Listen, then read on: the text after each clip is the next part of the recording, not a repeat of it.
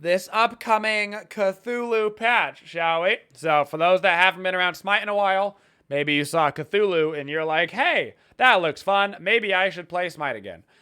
Smite has a new patch system this year that they use, which is basically the first patch of a month is a very small patch called a bonus balance patch. So that's what we'll be talking about first. This goes live on June 2nd. And then the second patch, which is later in the month, is the actual patch, which includes all of the big stuff. So on June 2nd, that's what we're going to be talking about first. This is the bonus balance. First up, you see all the cosmetics that will be launching on June 2nd. You've got the new Waz skin, the Camazotz, Robo Boy. You've got the, Wizard Apollo, I guess, and then the Wave Rider Awelix. That all goes live on the 2nd. It's also a pretty small bonus balance patch, so there's not actually that many changes here. Only the absolute necessary stuff. Step 1, Aphrodite is getting nerfed. They're decreasing the magical scaling per tick on her heal from 12.5 to 10%. They're also, so that means it's a total of 15% decrease on how much she's healing off of scaling with Lovebirds.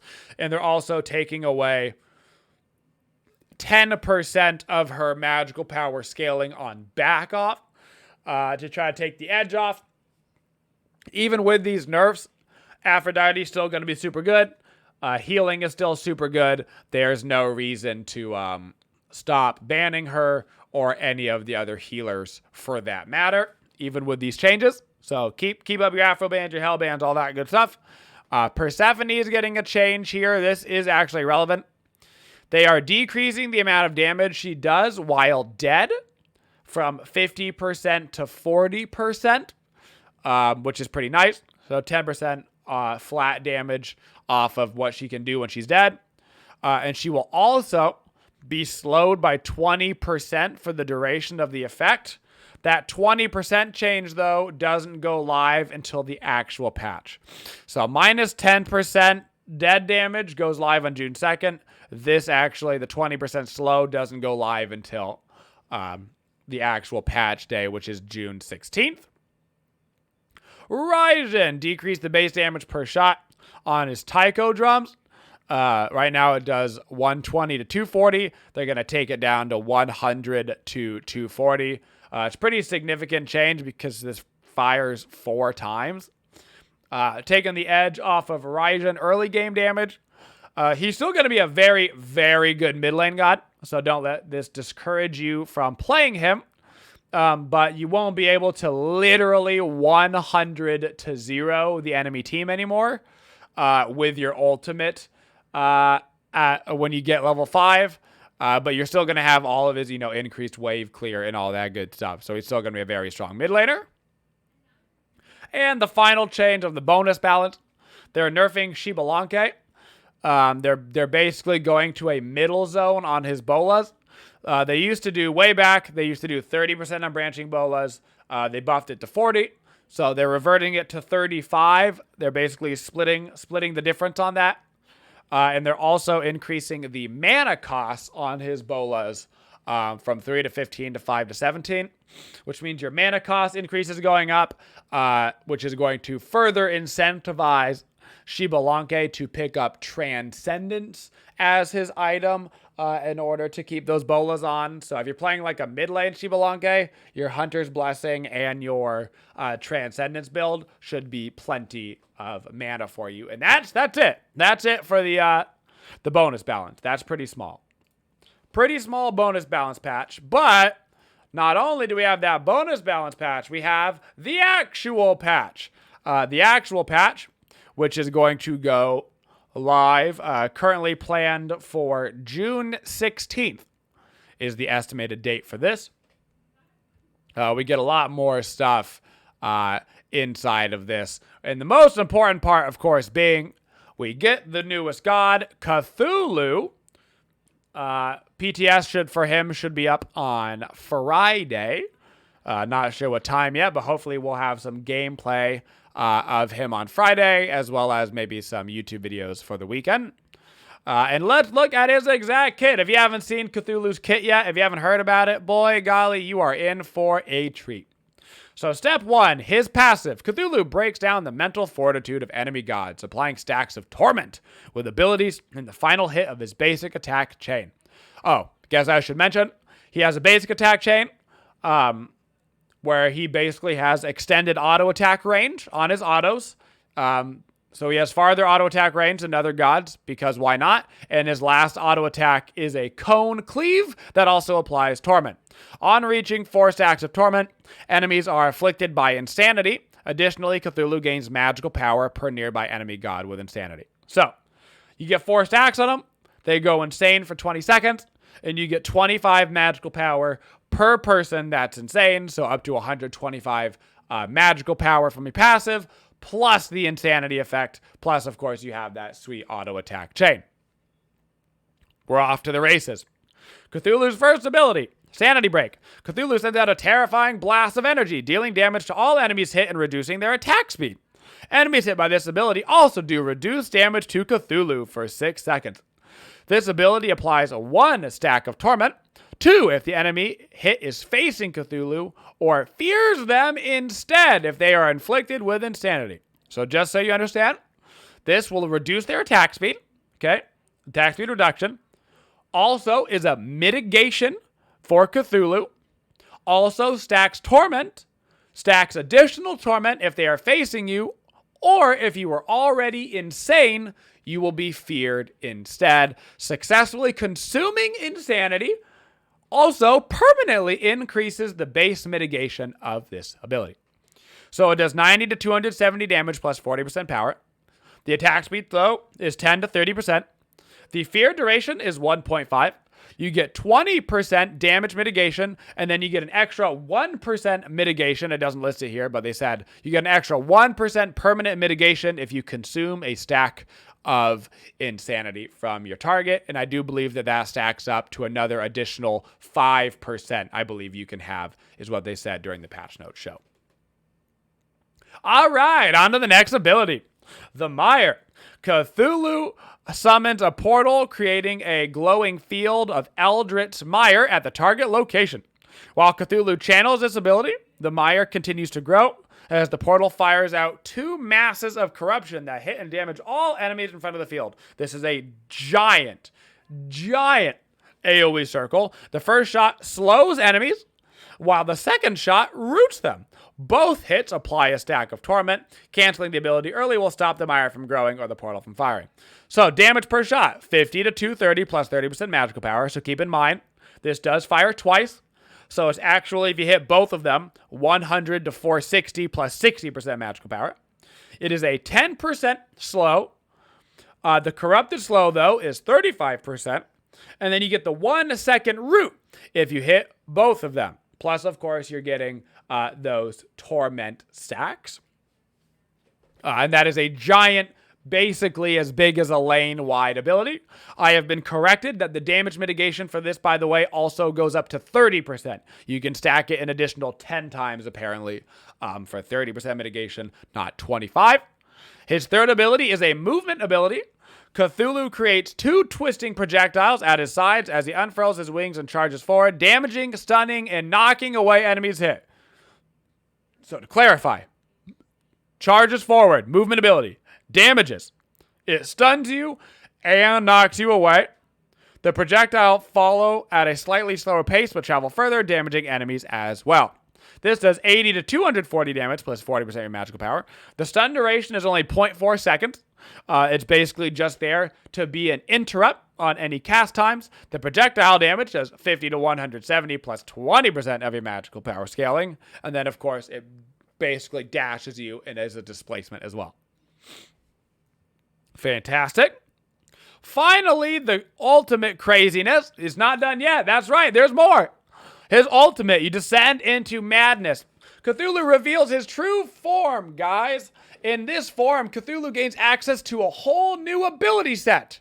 Enemies near Cthulhu gain stacks of torment just by standing next to him, increasing in pace if they're facing him. Enemies also suffer the debuff effects of Sanity Break, causing them to deal less damage to Cthulhu. Also, Pwing Wab Mag Mag Zulu La La Waga Baga Flaga Fluken. Very important that you read that part. This damage, of course, is 160 to 340 damage plus 50% of your magical power. You gain 30% maximum health when you use this ability. The duration is 12 through 16 seconds. The debuff radius is a big fat 50.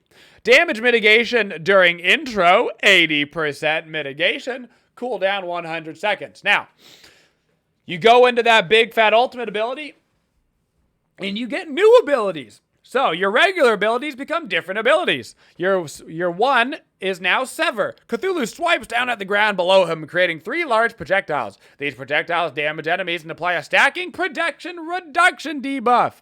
130 to 350 damage, plus 30% of your magical power, with a protection reduction of 3%, stacking up to 5 times for a 15% protection shred. That lasts for 5 seconds, and this ability has no cooldown. It is considered his auto attack while he is in his ultimate stance. So that is right, you can do 350 damage every 1 second, and this is a giant AoE ability. That doesn't include, of course, our magical power scaling.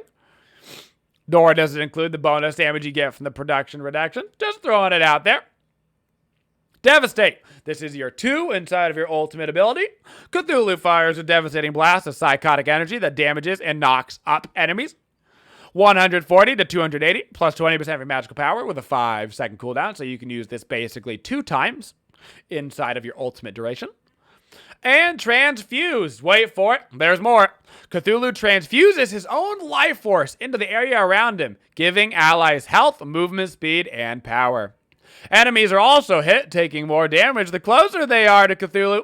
This ability damages Cthulhu for 6% of his maximum health. If Cthulhu is below 20%, though, of his maximum health, this ability does not damage Cthulhu at all, but the allied effects are reduced by 50%. So this will do 120 to 200 damage plus 20% of your magical power. It will heal allies for 10 to 14% of their maximum health. It'll give them 20 to 40 power. It'll also give them 20% movement speed, last for 3 seconds, and have a cooldown of 6 seconds. So you can use this twice per ultimate, basically. And that, ladies and gentlemen, is Cthulhu. That is Cthulhu. All of it. All of it. That's the Cthulhu. Depending on how exactly it all feels in game, he will arguably be a top 3 god release of all time for Smite. He very well could join the ranks of Guan Yu and Bologna as the strongest god releases of all time.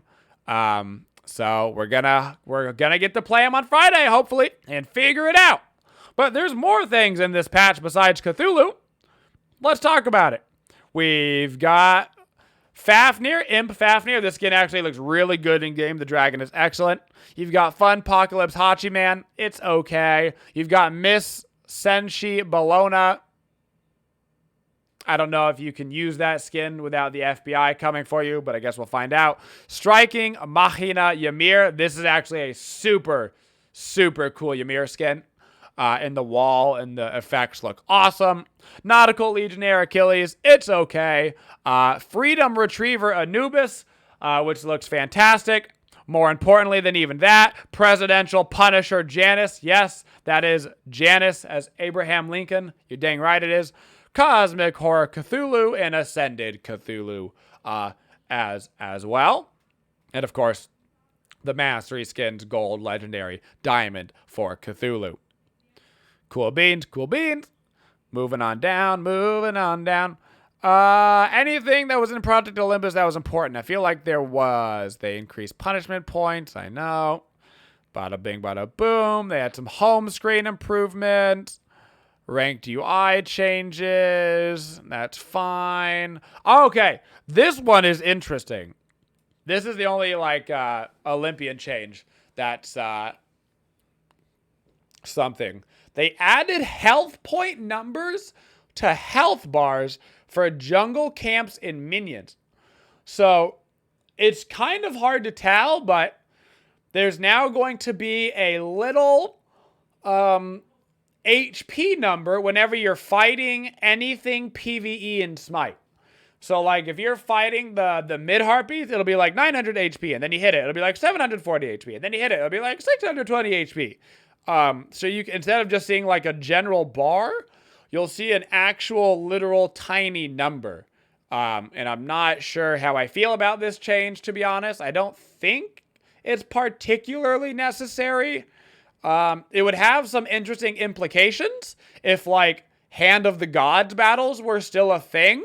But because they're not, I don't really see why it matters that much. It's actually, I don't know. I'm just neutral on it. I'm neutral on it, but it's interesting. UI fixes, cool beans, yep, yeah. Bug fixes, we love bug fixes. Into game modes, Arena is getting an overhaul. You can't see it here, but basically Arena is getting a full environment overhaul for Cthulhu. It basically looks like you're underwater, getting wrecked by Cthulhu and all of his tentacle monster friends. It's actually a really, really cool looking map. So if you're an Arena fan out there in the world, it's going to be fun. It's a really cool looking map from what we got to see in the patch notes. In Duel, they're making a couple of changes.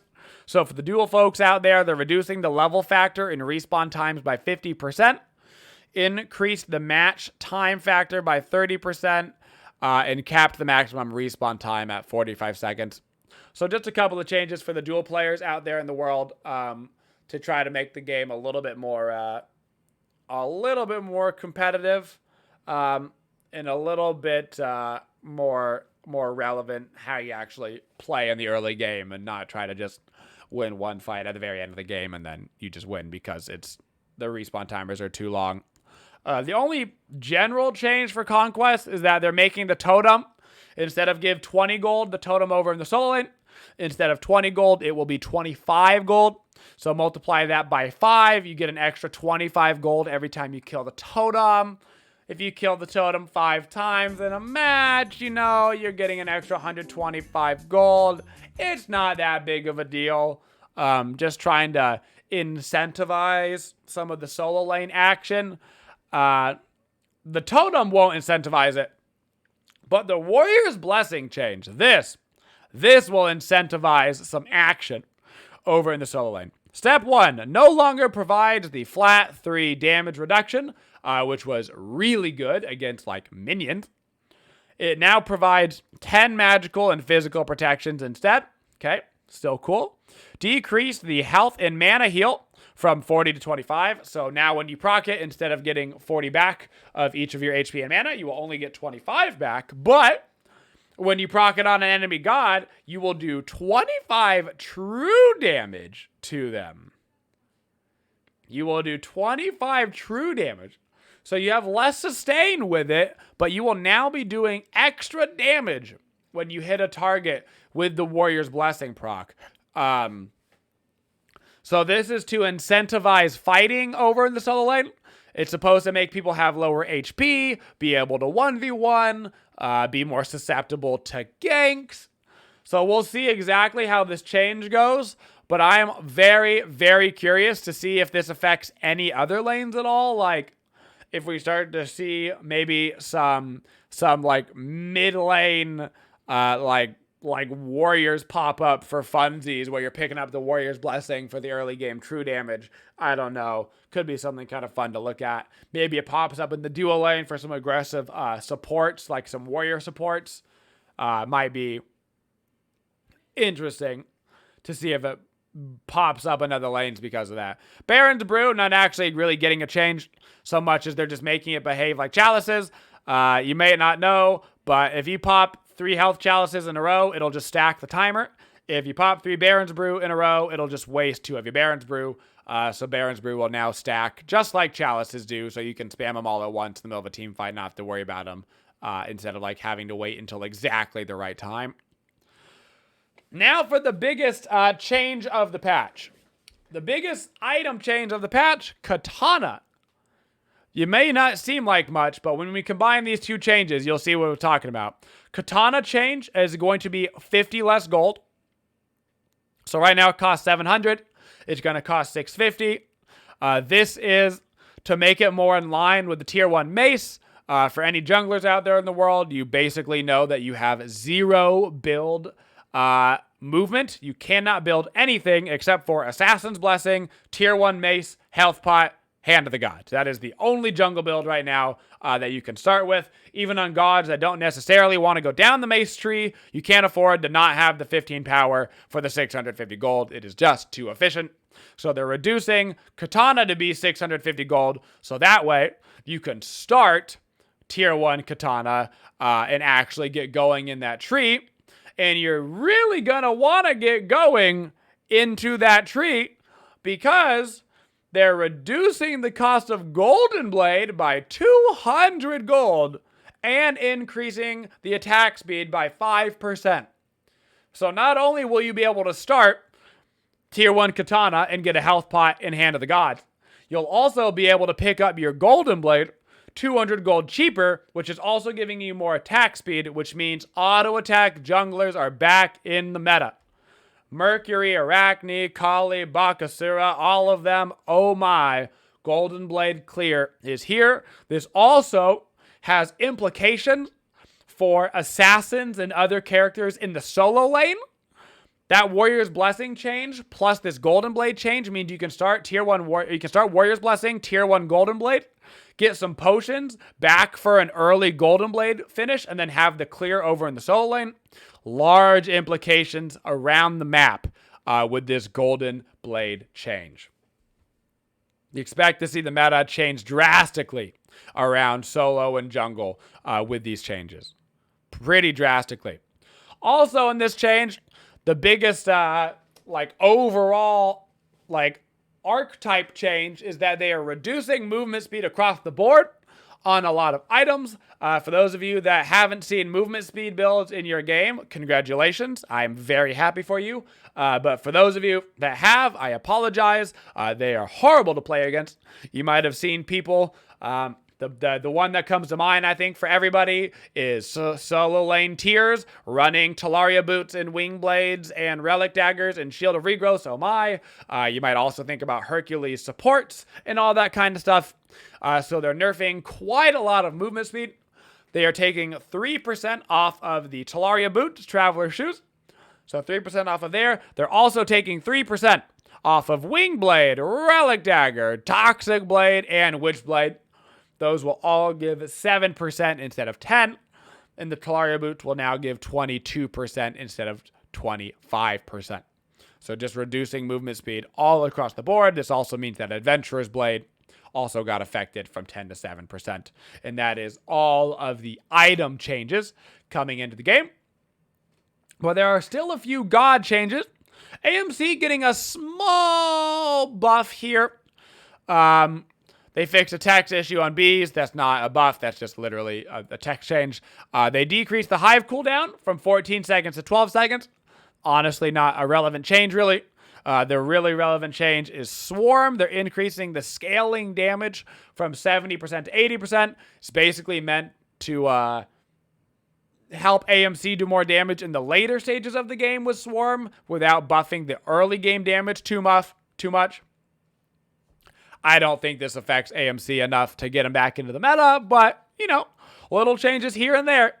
They start to add up. Who knows? If he gets a little, love tap in the next patch, all of a sudden he's back in the meta. So little jumps at a time. Baba Yaga, not really getting, more so getting quality of life changes than flat out buffs. Step 1, for those of you that have been playing Baba Yaga and getting body blocked by your cabin, this is the intent. Their intent is to keep it this way. Apparently, people were abusing hiding inside of the cabin, and so they've said, screw it. We are going to make sure that the hut body blocks you. So watch out. Your cabin can get some real deadly corner blocks on you. I have experienced them. They're doing a slight change on her ultimate. They're decreasing the minimum firing range from 10 to 4. This isn't how fast you fire. This is literally how much you can look at your feet. So basically you can throw your ulti right on top of your feet instead of slightly in front of your feet.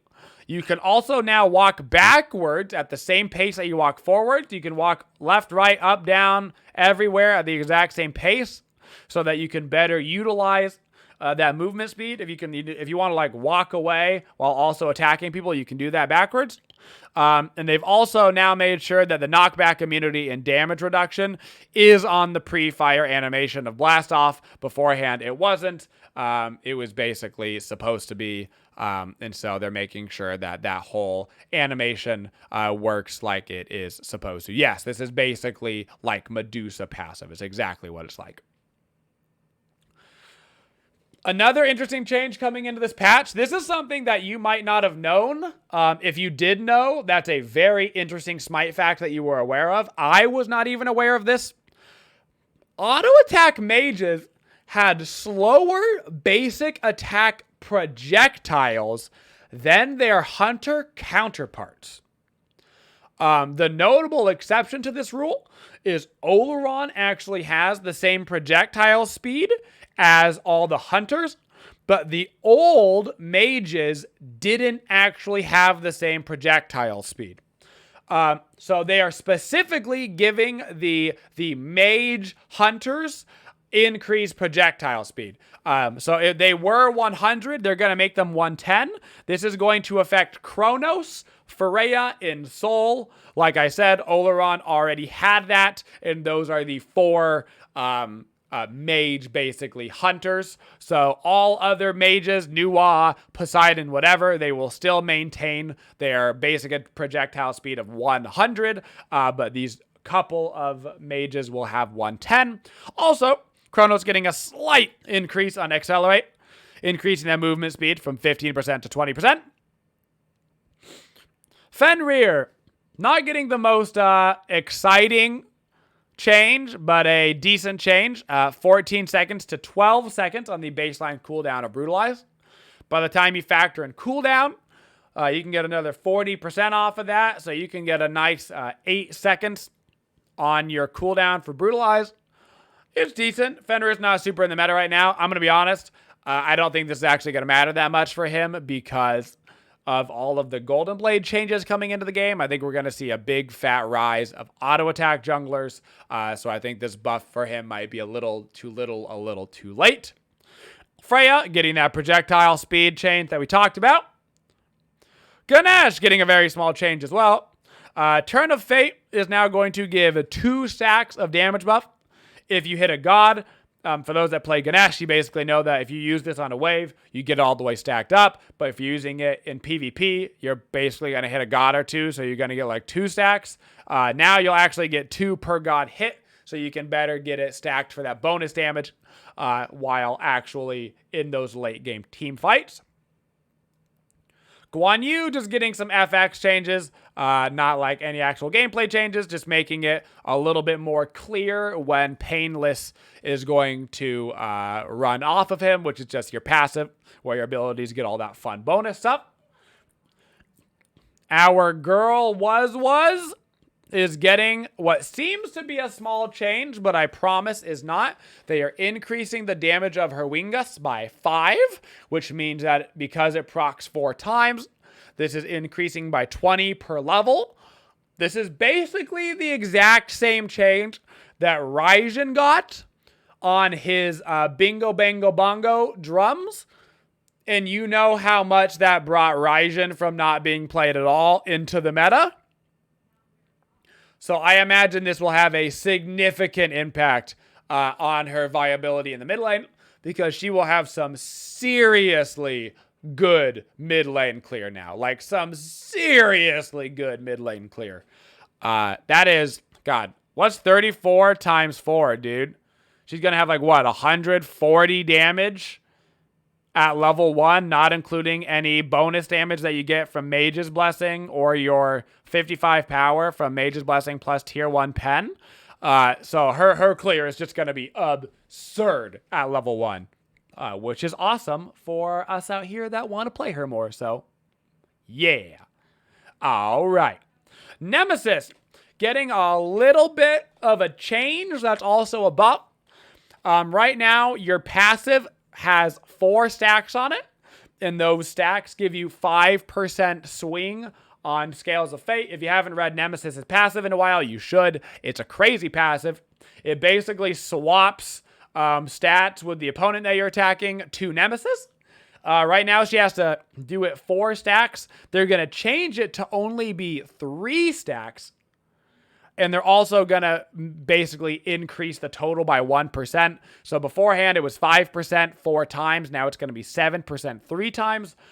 This is just going to allow Nemesis to get more damage off quicker because of the way that percent is going to scale. It's also going to be really nice for auto attack cancels. That is a pretty good change for Nemesis. It will have a decent effect. Nuwa, a lot of text. All you need to know is 1, they're increasing the charge range for Nuwa clay minions from 25 to 30. This is the actual range that your minions, when they jump onto the target you wanted them to go attack, that's what that is. So that jump attack that they do will have a longer range, be able to proc easier to get them in range of your shining metal. The rest of this is just straight up brain surgery, just like Tusky got. Straight up Tusky treatment.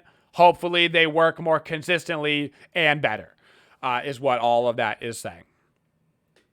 Soul getting a really nice buff. So Soul got all those buffs a while back to her abilities, and her ultimate's amazing now and all that good stuff. But now they're also going to buff her projectile speed, right? Just like everybody else got. So her auto should theoretically be a little bit easier to attack. But they're also changing back, it's kind of a revert, her magical power bonus from 0.8 to 1%, which means it's going to go from 20 to 25%. This is basically all that bonus damage you get on your autos and stuff. And so not only will your autos be, well, literally flying faster, they're also going to be hitting harder on top of everything else that's happening. I think that Soul is going to be really, really good in both the duo lane and the mid lane. I think she's actually pretty good right now, kind of underrated, but I think after this change, she will no longer be overrated. Terra getting a change that's more of a quality of life thing. Basically, her pre-fire time on her first auto attack is 0.5 seconds. They're going to make that 0.3 seconds. They're going to switch that pre-fire time to post-fire, so the entire basic attack is still 1 second. But just basically, after you use an ability and then you want to auto for Terra to proc that passive slow, you'll be able to do that. You know, they won't hopefully walk out of your range by the time you get the auto attack on. Slight gameplay implications because of the slow on her passive, but really more of just a quality of life than anything else. And the final change of the patch, Big Thick Lad is here. Rejoice to all the Zhongqi mains of the world. They are decreasing the max souls that is required for Zhongqi from 60 to 40. They are increasing the amount of magical and physical protections that you get for those stacks from 0.5 to 1, which means that your total protections have been increased on your passive from 30 protections each physical and magical to 40 protections each physical and magical, and you will get those protections 20 stacks earlier. So big, thick, tanky boy Zhongqi is back. I expect this to really help him in the mid lane, where you can build up that damage quickly and then use your passive to abuse those protections while you're getting all of your damage off still. It'll obviously help him in solo lane as well, but I think this will have an even larger impact on him in the mid lane than it does in the solo lane. And that is your entire patch that's coming, guys. All of that stuff that we talked about in the first half, just a couple of things. That was your bonus balance. That goes live on June 2nd. All of this stuff that we talked about today, all of that goes live on June 16th is the estimated day, assuming nothing goes wrong. And PTS to play Cthulhu should be live on PC, Steam, PTS client on Friday the 29th. So hopefully we get an opportunity to play him on Friday.